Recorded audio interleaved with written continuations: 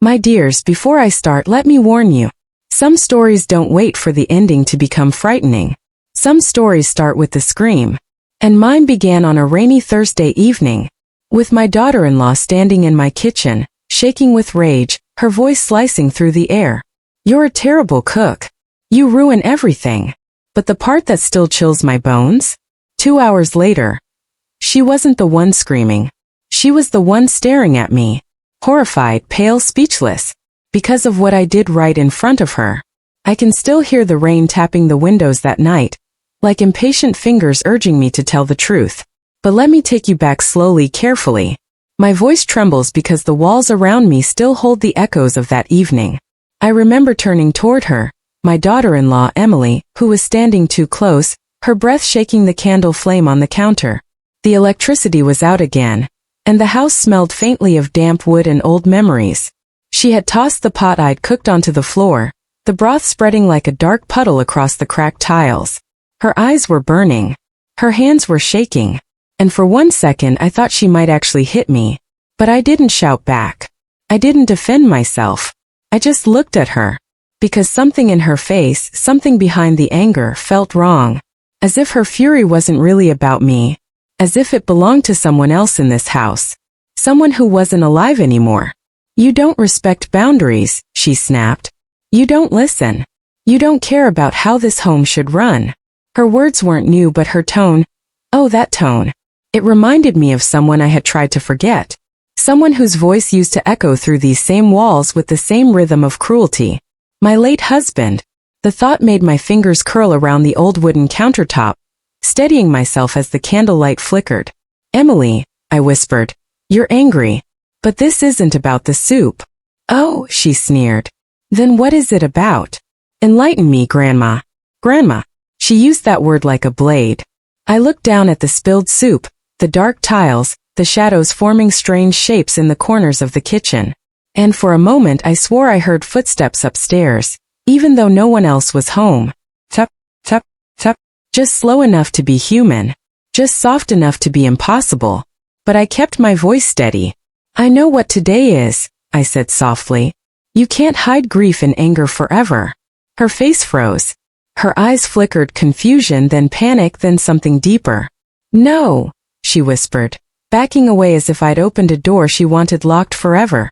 "Don't bring that up." The rain hammered harder against the windows, like the sky itself was begging to listen. I stepped toward her slowly, gently. "Emily, what did you see in his room today?" Her breath caught. She stumbled back until her spine hit the kitchen cabinet. How did you know I went in there?" Her voice shook violently. "Because I wasn't supposed to know. No one was. But I'd seen the door, my son's old room, slightly open earlier. I had locked it myself years ago, and I had hidden the key. Yet someone had gone inside. Someone had touched the boxes. Someone had moved the old photo frame. Someone had unfolded the diary. Someone who wasn't me. I didn't tell her that. Instead I whispered, because the house told me." Her head snapped up. "What?" The candle flickered violently, as if the room itself had taken a breath. I repeated slowly, "The house told me." A silence so heavy fell between us that for a moment even the storm outside seemed to hold its breath. Emily stared at me as if she wanted to run, but her feet wouldn't move. "You're scaring me," she whispered. "Good," I replied softly, "because you're not scared of the right thing yet." The right thing. The thing that had been watching both of us long before she stepped into this house. Something shifted behind her. Maybe a shadow, maybe just her imagination, but she flinched like something cold touched her shoulder. "Stop," she said shakily. "Don't start your old stories. Not tonight." I stepped closer. The candlelight warmed my trembling hands, but my voice remained steady. "They're not stories, Emily. Not tonight." Her lips parted. Her chest rose and fell too quickly. "What are you talking about?" I leaned in, my voice barely above a whisper. "What you saw in his room didn't belong to him. And it didn't belong to you." I paused. "It belonged to me." Something inside her collapsed. Fear. Real fear. For the first time she wasn't angry. She was terrified of silence, of shadows, of the truth she had almost uncovered. And that's when it happened. A sudden sharp thud upstairs like a drawer slamming shut. Not by the wind. Not by accident. No. This was deliberate. Emily gasped. Her hands flew to her mouth. Her eyes widened with raw horror. Grandma, what was that? I looked up toward the ceiling. I whispered, he's awake. She shook her head violently. He's dead. He's been dead for years. I know, I murmured. Another thud. Louder. Closer. But grief, I whispered, has a way of waking things we should have left alone. Her breath broke. Her knees trembled. And that's when I moved. Calmly. Deliberately. I bent down, dipped my fingers into the spilled soup, lifted them slowly, and wiped them across the floor in a straight line, tracing a symbol she had never seen before. She gasped, horrified. What are you doing? I whispered the words I swore I'd never speak again. I'm opening the door. Her scream filled the kitchen. And her face, oh her face. She looked at me as if she had just witnessed something she wasn't supposed to see. Because she had. My dears, if you were standing there in my kitchen that night, with shadows shifting upstairs and a terrified daughter-in-law staring back at you, what would you have done first? Tell me in the comments. I'm listening. And if this story is pulling you in, don't forget to like, share, and subscribe. It means more than you know. My dears, when Emily screamed, it wasn't just fear. It was recognition. Recognition of something she had seen upstairs. Something she had no right to touch. Something she hoped I would never bring up. Her voice cracked as she stared at the strange symbol I had drawn on the wet floor. Grandma, stop it. Please. You're scaring me. But I wasn't trying to scare her. I was trying to protect her. Emily, I whispered, step back. I'm not going anywhere until you tell me what's going on. The kitchen lights flickered, just once like a dying heartbeat, and then the rain outside roared louder, pounding the walls in frantic bursts. The candle flame trembled, stretching tall then shrinking thin, as if something nearby was taking air away. I rose slowly, my knees stiff, my breath uneven. But my mind was sharper than it had been in years. Because I remembered something I never wanted to remember. The last time I heard footsteps in that room, my son was still alive. Emily's voice dropped to a whisper. Why did you say he's awake? Why would you say that? Because you opened the room, I replied. And once opened, it doesn't go back to sleep quietly. Her mouth parted. How did you know I went in there? I told you, I said quietly. The house told me. She shook her head, backing away as though every inch of the floor might crack under her feet. That's not funny. I'm not joking. Another sound from upstairs, this time a dragging noise, like something heavy sliding across the old wooden floor. Emily's breath hitched. Oh God, someone's up there. No, I murmured. Not someone. Something. Her legs turned weak. She grabbed the edge of the counter, knuckles turning white. Stop talking like that, she whispered. Please. I walked past her slowly, gently, the way you approach a frightened child. Because in that moment, despite every cruel word earlier, she looked like one small, shaking, and desperately pretending she was brave. You saw his diary, I said softly. Didn't you? Her knees almost buckled. I thought it was old memories. I didn't mean. You read the last page. I didn't ask. I stated it. Because I knew. The last page wasn't innocent. It never was. I shouldn't have gone in, she whispered, tears forming. But I kept hearing something inside. Something moving. I thought maybe a window was open. I swear I didn't mean to. You didn't open the window, I interrupted. And I didn't either. The candle flame dimmed abruptly. A cold gust, cold like breath on the back of your neck, swept through the kitchen. But all the windows were closed. All the doors locked. And the storm outside had no way in. Emily covered her arms, shivering. Why is it so cold suddenly? I swallowed hard. Because you brought the wrong thing out of that room. Her eyes widened, glistening with fear. What does that mean? I turned toward the hallway, the long narrow passage leading to the staircase. It was dark. So dark it felt like staring into an open mouth ready to swallow us whole. You didn't just open the door, I whispered. You disturbed what he left behind. She pressed her back against the counter. What are you talking about? Your son he was normal. He wasn't some. She couldn't finish the sentence. He wasn't a monster, I said gently. No. But he lived with one. Her breath caught. With who? With himself. The house groaned. An old, bending, sorrowful sound that reverberated through the wooden beams like a memory finally waking up. I stepped forward, placing my hand on the doorway. My fingers trembled because even after all these years, this hallway haunted me more than anything. When he was a boy, I said softly, he heard things too. Whispers in the walls. Footsteps at night. First I thought it was imagination. Kids hear things. But then, I swallowed my throat tight. Then I heard them too. Emily's eyes filled with tears. What are you saying? That room doesn't keep secrets, I whispered. It feeds on them. The dragging noise upstairs stopped. Silence. Deep. Sharp. Waiting. Emily's voice trembled. I only touched the diary and the picture frame. And that wooden box. Ah, the box. Of all things, she touched the one object she shouldn't have touched. My heart sank.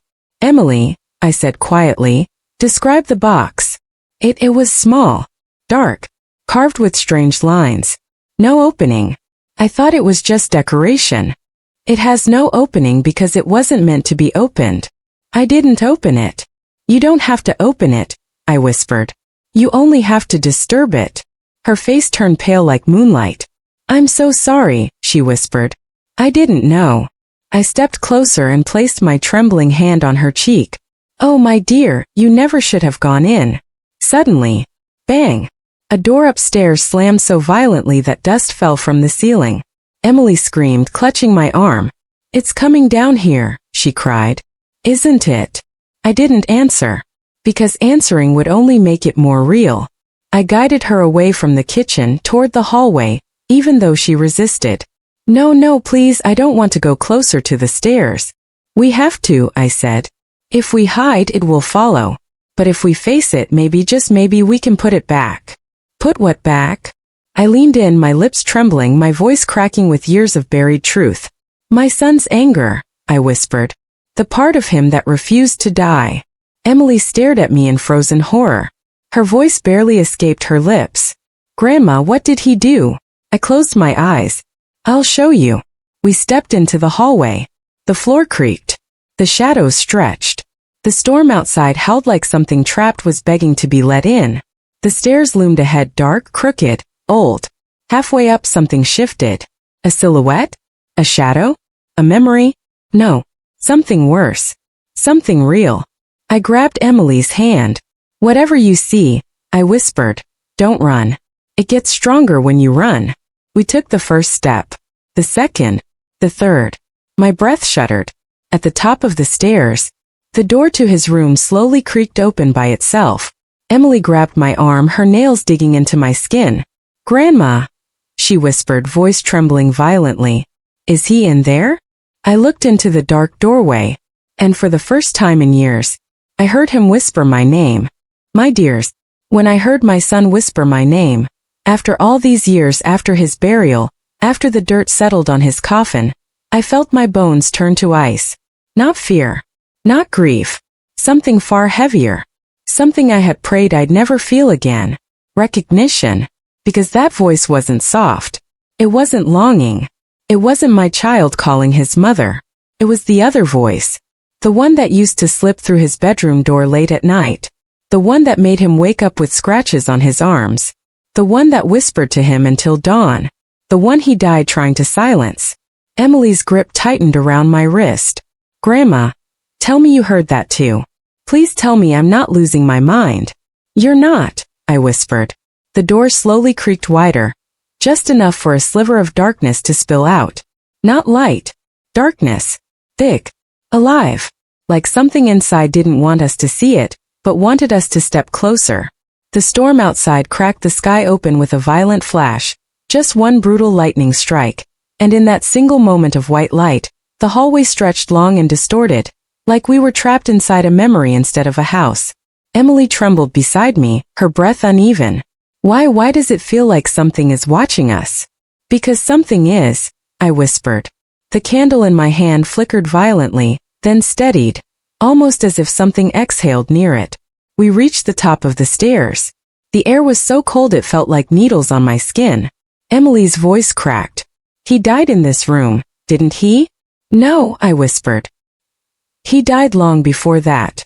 She looked at me, confused, frightened, but she didn't get to ask anything. Because suddenly, thud, something slammed against the inside of the room. Hard. Once. Like a fist. Emily choked on a gasp. Grandma, what was that?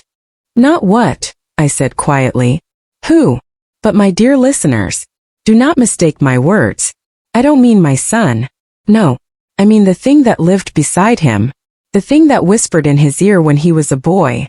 The thing that took root in the darkest corners of his mind. The thing that survived him. I stepped forward, my hand trembling as I reached for the doorknob. Emily grabbed my arm. No, don't open it. Please. We don't have a choice, I said gently. If we turn our backs, it will follow. Her voice broke into a whisper. I don't want to see anything in there. You already have, I whispered. Lightning flashed again. The doorknob turned warm under my fingers. Not hot. Warm. Like the room itself was breathing. I pushed the door open. Slowly. Quietly. As if peeling back a scab on an old wound. The room was small, untouched for years, yet nothing felt still. The curtains stirred though the windows were shut. The carpet showed footprints that didn't belong to us. The air smelled faintly of dust, old paper, and something sharp. Metallic.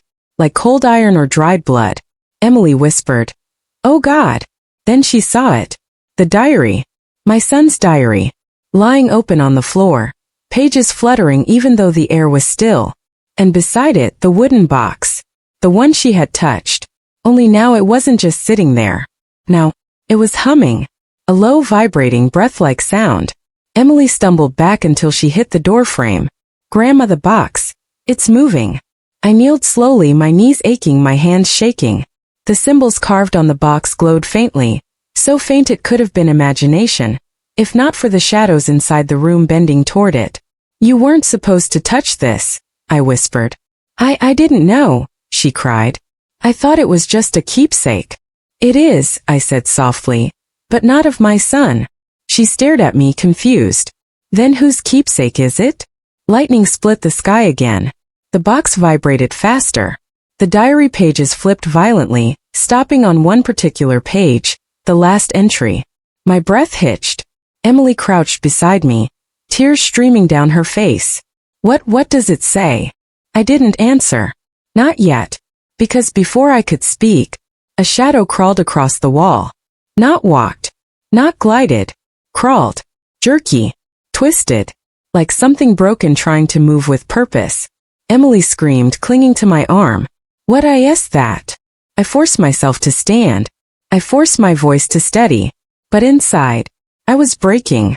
My son warned us, I whispered. He wrote everything down. The shadow froze. As if listening. Emily sobbed. Grandma, please tell me what happened to him. I closed my eyes. He met something in this room when he was a boy. Something that whispered to him in the dark. First I thought it was nightmares. But then he changed. How? Her voice trembled. He stopped sleeping. He stopped eating. He stared at corners for hours. And one night, he locked himself in this room and refused to come out. Her tears fell harder. What did he see? I don't know, I whispered. But he wrote it in his diary. My hand hovered over the glowing box.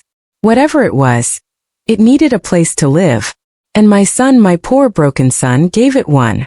Emily's face drained of color. The box. Yes, I said. His final act before he died was sealing the thing inside this box. But you kept it. Why would you keep something like this? Because destroying it would have released it, I whispered. And I didn't know where else to put it. The box hummed louder now. And the shadow on the wall stretched. Growing long. Tall. Unnatural. Emily whimpered, stepping backward. Grandma. It's coming toward us. Yes, I whispered. Because the box woke up. Why now? She cried. I turned to her slowly. Because someone touched it. The house groaned. The box glowed. The shadow crawled closer. The last page of the diary stared up at me. My son's final words. If anyone opens this room, don't let her scream. It listens. It learns. It follows the loudest fear first. Emily covered her mouth immediately, but it was too late, because 2 hours earlier she had screamed at me. Loud, violent, full of rage. And the thing in the room, it had heard her. I looked at her with sorrow. My dear, the fear it follows is yours. The shadow stopped inches from her feet, and for the first time, it spoke. In my son's voice. Emily. My dears. When that shadow whispered Emily, in my son's voice, every candle in the room flickered as if they were gasping. Even the storm outside seemed to pull back for a moment, as if the whole world leaned in to listen. Emily froze. Her breath vanished from her chest. Her fingers dug into my wrist, trembling so violently I could feel her pulse stuttering beneath her skin. Grandma, she choked. That sounded like him. No, I whispered, stepping slightly in front of her. It remembered him. The shadow twitched. A sharp, jerky movement, like a puppet whose strings were being pulled by hands that didn't understand how humans moved. It didn't glide toward us. It learned its way forward. Slow. Stumbling. Testing. Studying. Emily pressed herself against the wall, her voice trembling violently. Why is it looking at me? Because, I whispered, you fed it. Her eyes widened in confusion and terror. What do you mean? Fear feeds it. Anger wakes it. Screams guide it. The shadow crawled closer, stretching across the floor like spilled black ink, then lifting slowly, until it formed a faint outline of a figure. But it wasn't shaped like my son. It was shaped like everything he feared. The corners were wrong. The proportions twisted. Its head tilted at an unnatural angle, as if bones had been rearranged after breaking. Emily's voice cracked. Grandma, I didn't mean to scream at you earlier. It doesn't matter what you meant, I whispered. It only matters what it heard. The box on the floor vibrated harder, the humming becoming louder, more urgent, almost panicked. The diary's pages fluttered again, flipping rapidly until they snapped shut with a harsh slap. That sound made the shadow freeze, like a predator startled, preparing to strike. Emily whimpered and hid her face in her hands. The shadow leaned toward her, and then suddenly jerked back. When I stepped in front of her, it recognized me. It remembered me, and I remembered it, because long before my son died, long before the box existed, long before this house became a cage of whispers, I saw this thing once before. Stay behind me, I said gently, squeezing Emily's hand. Grandma, why does it know my name? She sobbed. It doesn't, I whispered. But it knows fear. And fear has a voice. The shadow twitched violently at my words. Its head snapped toward me, and in a distorted echo of a child's voice, it spoke again. Ma. My heart split clean open. My son used to call me that.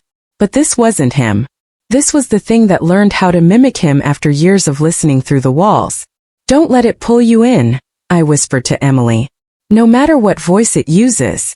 The shadow stretched taller, trembling, trying to imitate a human form, but its face remained empty. A blank smear. A hole where features should be. Emily's teeth chattered. It's staring at me. Why isn't it taking a shape for you? Because, I said softly, I don't fear it anymore. Another sharp twitch. The shadow shivered. Like my calm unsettled it. But Emily's fear? Drank it in like water.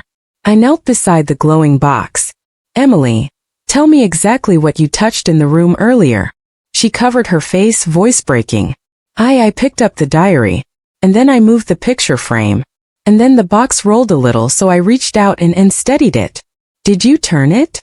I asked. I don't know, she cried. It moved so suddenly. Lightning flashed outside. And in that instant, I saw it. The symbol etched on top of the box. A small spiral with 3 lines. Had been rotated upside down. My breath stopped. Oh no. Emily looked up, tear-streaked. What? What does that mean? I sealed this thing inside the box using that symbol. I whispered. When you turned it even a little, you loosened the seal. The shadow hissed. A low, unnatural sound, like someone inhaling through broken glass. Emily stumbled backward, panic flooding her face. I didn't know. I didn't mean to. You didn't have to mean it, I said. You only had to touch it. The wind howled against the windows. A picture frame on the wall fell and shattered. The shadow jerked toward the sound, then snapped its head back toward Emily. It's choosing you, I whispered. Why me? She sobbed. Because your emotions today fed it more than anything else, I said. You gave it anger. You gave it fear. You gave it volume. Emily shook, collapsing onto her knees. I'm sorry. I'm so sorry. I never should have yelled at you. I placed my hands gently on her cheeks. My dear, this is not your fault. You didn't know. You couldn't have known. The shadow twitched again, as if impatient. Hungry. Grandma, Emily whispered. Please tell me we can fix this. We can, I said softly. But not by running. Not by hiding. The floorboards creaked behind us.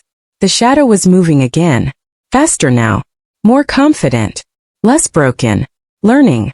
Evolving. Taking shape. I grabbed the box. Its surface burned my palms, but I held tight. Lightning split the sky again, illuminating the entire room. And for the first time I saw the shadow clearly. It wasn't a monster.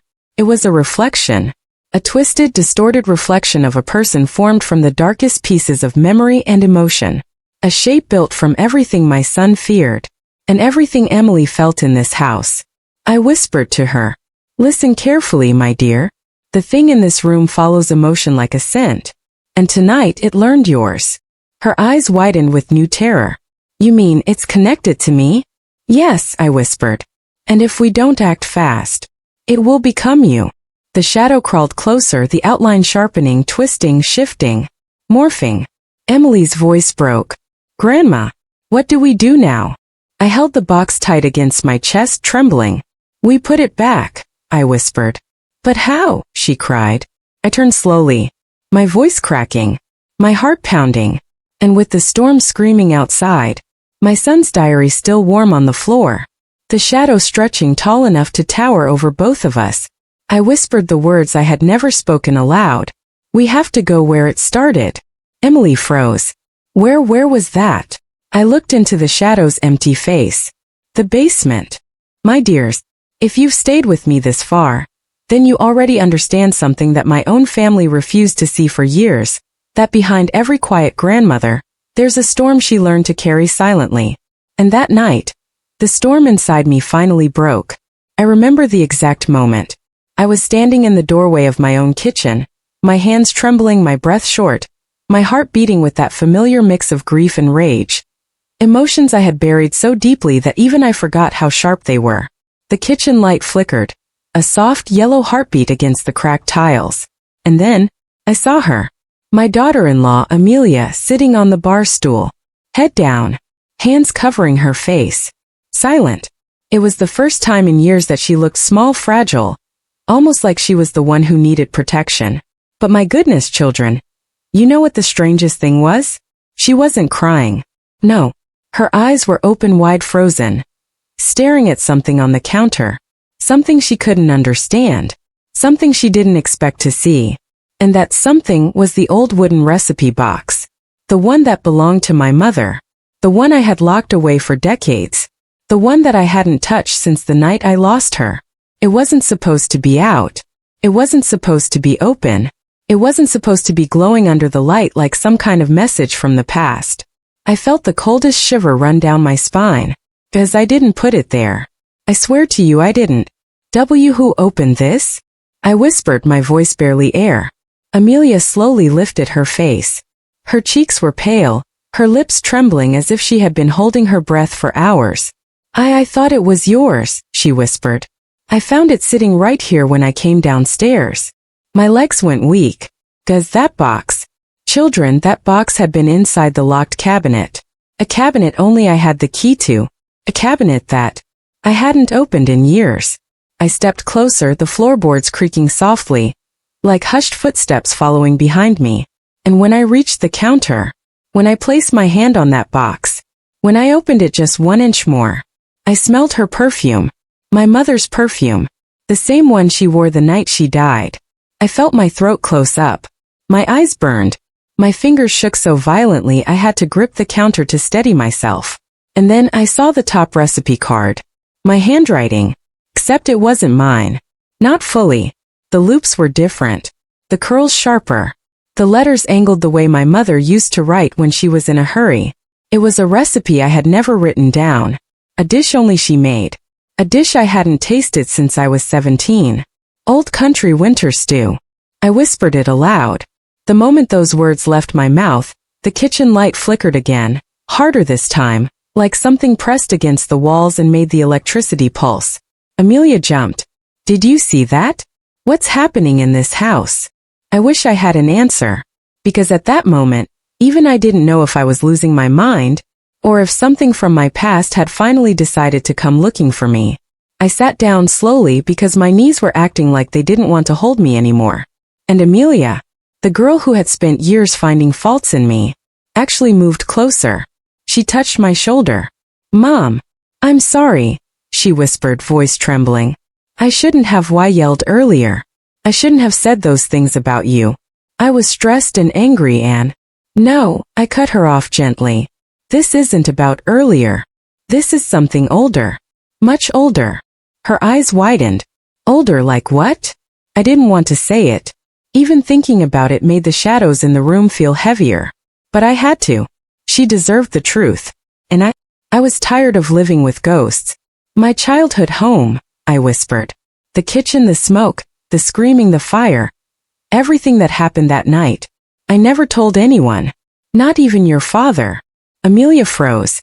And something changed in her eyes. Not fear. Not pity. Understanding. Deep, painful understanding.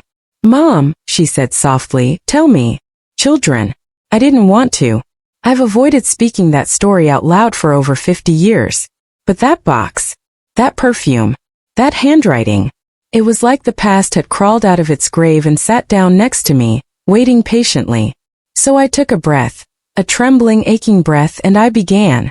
I wasn't a bad cook, I said, my voice cracking. I was terrified of cooking. Amelia blinked. Why? Because the last time I cooked with my mother was the night she died. And just like that, the entire room turned cold. Not a normal cold. A cold that bites through the skin. A cold that crawls into your bones. A cold that makes your breath fog even when there's no winter. The kind of cold that tells you someone else is in the room.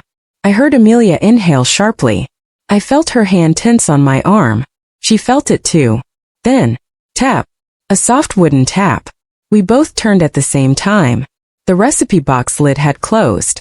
By itself. Silently. Slowly. As if an invisible hand had simply made a decision. I swear my heart stopped for a full second. Amelia stumbled back, clapping a hand over her mouth. Oh my God. I didn't scream. I didn't move. My soul was too busy remembering a night long buried. Because in that moment, in that impossible movement of that wooden lid, I felt her. My mother. Standing somewhere behind me. Watching. Listening. And for the first time in my life, I didn't feel scared. I felt warned. Protected. Prepared. Whatever was coming next, children, I could feel it was something big. Something old. Something that wasn't finished with me yet. And that night, Amelia saw something that convinced her too. Because when she backed away, when she turned toward the staircase, she gasped. Her eyes widened. Her hand shot out, pointing. Mom, behind you. I didn't turn. Not right away. But I felt it. A presence. A shadow. A silhouette standing in the open doorway. Exactly where the light didn't reach. Exactly where the darkness held its breath. And it whispered. Not a word. Not a sentence. Just a soft, fragile breath. Like someone saying my name without a voice. I finally turned. And what I saw. Children. I will never forget it. Not even in my last breath. Children. I wish I could tell you that what I saw in that doorway was just a shadow. A trick of the light. A tired old woman's imagination. But lies have a way of choking the soul. And I've lived long enough to know that truth, even when terrifying, is kinder than denial. The silhouette stood there, motionless, carved from the darkness itself. It wasn't tall. It wasn't wide. But it had the exact outline of a woman. Head tilted slightly. Arms resting by her side. Shoulders narrow like mine used to be when I was young. For one heart-stopping second, I felt 17 again, standing in the doorway of my childhood kitchen, watching my mother stir that winter stew for the last time. But this wasn't memory. This was presence.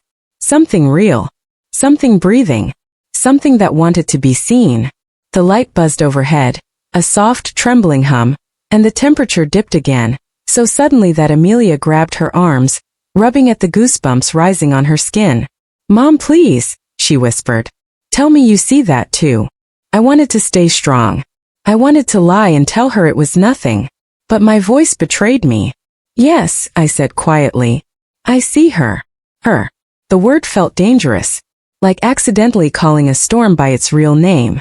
The silhouette didn't move, didn't step forward, didn't vanish. It simply existed patiently, as if waiting for me to finally speak. So I did. With the smallest breath I whispered, "Mom." Amelia's hand tightened around my sleeve, and for a moment, a single fragile heartbeat, the silhouette shifted.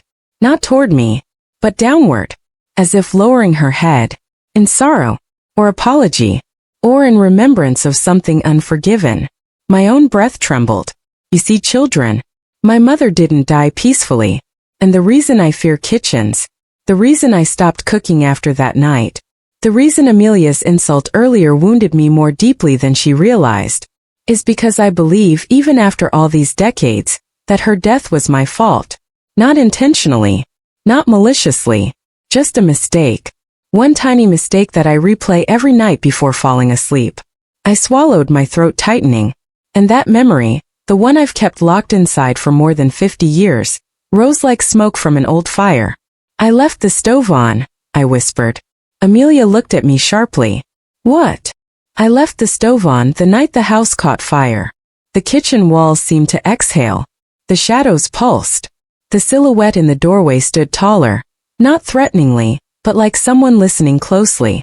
"I was supposed to turn it off," I continued, voice cracking with old guilt. "Mama asked me to. I was rushing, running out to meet a friend, and I thought I turned the knob all the way." The memory burned behind my eyes. The heat, the smoke, the sound of wood splitting, my mother's coughing fading. "I came home to fire trucks," I whispered, "and I never forgave myself." Amelia took a shaky step forward, her voice softening. "Mom, you were a child." "I was old enough to know better," I cut in. "Old enough to cost a life." The silhouette flickered, not disappearing, just wavering, like someone shaking their head gently. I blinked. She's not angry," Amelia breathed. "It looks like she's sad," I finished for her. Because that was exactly what it felt like. Not anger, not blame, sadness. A sorrow so deep that even the air felt heavy with it, as if she wanted to correct a story I had carried wrongly for my entire life. The room suddenly grew brighter. The light above us steadied, no more flickering. The coldness eased, warming just a little, and the silhouette slowly dissolved into a faint smoky shimmer, then gone. The second she vanished, Amelia rushed to me and wrapped her arms around my shoulders. And children, I didn't know how badly I needed that hug until she gave it. "I'm sorry," she whispered, her voice breaking. "I'm sorry for yelling earlier. I didn't know. I didn't understand." I held her tight. "I didn't expect you to," I murmured. "I never told anyone." But the peace lasted only a moment, because we both heard it. A soft thump upstairs. Not loud, not aggressive, just enough to say, "There's more." Amelia pulled back, fear widening her eyes again. "Please tell me we're not going up there." I took a breath, filled with something I hadn't felt in years, resolve. "We have to," I said softly. "There's something in this house that needs to be finished." The thump echoed again, slightly louder. Right above us. Right in my old storage room. Amelia hesitated, but she followed me as we climbed the stairs, slowly, carefully, every step creaking beneath our feet. The hallway was dim. Moonlight stretched through the window in long, thin stripes.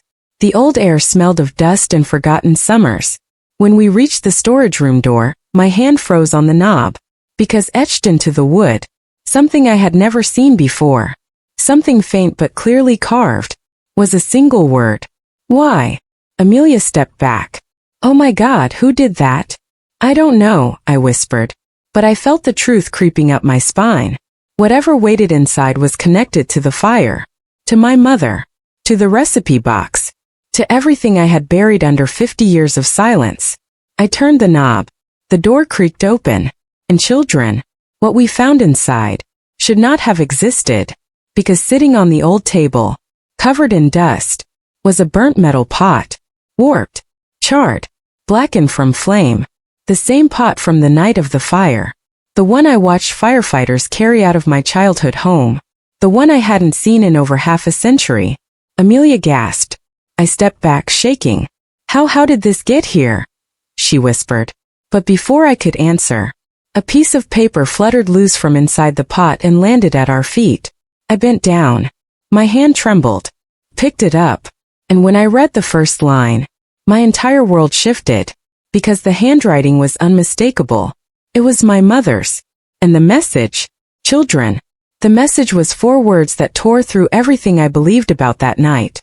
"You didn't do it. Children." I stood there in that dusty room holding that fragile ash-stained paper, and for the first time in my entire life my knees actually gave out under me. I sank to the floor slowly, as if the weight of 50 years had finally decided to collapse all at once. My lungs tightened. My eyes burned. My hand shook so violently that the paper rattled like a loose window in a storm. 4 words. Just 4. "You didn't do it." My mother's handwriting, the rounded loops, the soft curls, the tilted D. Exactly as I remembered from the notes she used to tuck under my pillow before school. I pressed the paper against my chest. "No," I whispered. "No, this isn't possible. Because how could it be? The pot was burned. The paper should have been ashes decades ago. Nothing from that night survived except the deep, permanent scar carved into my heart." Amelia knelt beside me, her voice trembling. "Mom, what does it mean? What did it mean?" I didn't know.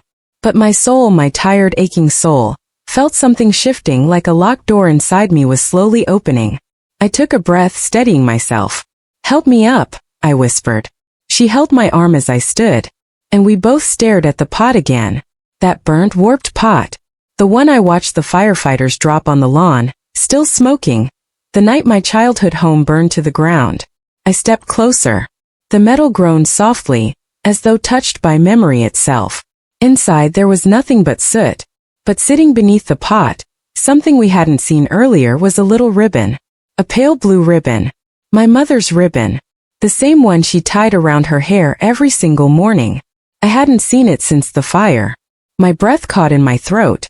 The room felt thick, heavy, expectant, as if the walls were leaning closer, waiting to hear the rest of a story that had never been finished. "Mom," Amelia's voice quivered. "Do you think?" But she couldn't finish her question, because we both heard the whisper. Soft, barely there. A breath more than a voice. Not from behind. Not from outside. From right next to the table. From the pot. A voice that broke and remade me in the same second. "It wasn't you." My hand flew to my mouth. Amelia gasped, stumbling back so hard she hit the old wardrobe. The air thickened with the smell of smoke, not fresh but old, like a memory awakened. I tried to speak, but my words cracked into silence. And then, the temperature shifted. Warmth pooled around us, gentle and familiar. Like sunlight through a window on a winter morning. Like a mother's embrace. Amelia whispered, voice barely a breath. "She's here, isn't she?" I nodded slowly. "Yes, she is." For the first time, the presence didn't feel frightening. Felt protective. Guiding. As if she had been waiting all these years for the right moment, this moment, to tell me the truth I was never meant to carry alone. My throat burned. "Mom," I whispered to the air, eyes filling. If it wasn't me, then who? The warmth shifted, drifting toward the corner of the room. A place faintly lit by the moon through the cracked window. Amelia followed the movement first. "Look," she breathed. I turned. And for the briefest second I saw it. A faint figure, not fully formed, more like a memory than a ghost. A man's silhouette. Tall. Broad shoulders. Cap on his head. My heart stopped. Because that shape, that outline, I knew it. "Father," I whispered. Amelia looked at me, confused. "Your dad." I nodded slowly, tears running down my face. "My father, he drank," I said quietly. He'd stumble home after midnight. Mama always cleaned up after him. I never told anyone because she made me promise not to. The figure flickered. The shadows trembled. I thought he wasn't home that night, I whispered. I thought he was still at the bar. I assumed it was my mistake. My breath shook like old glass ready to shatter.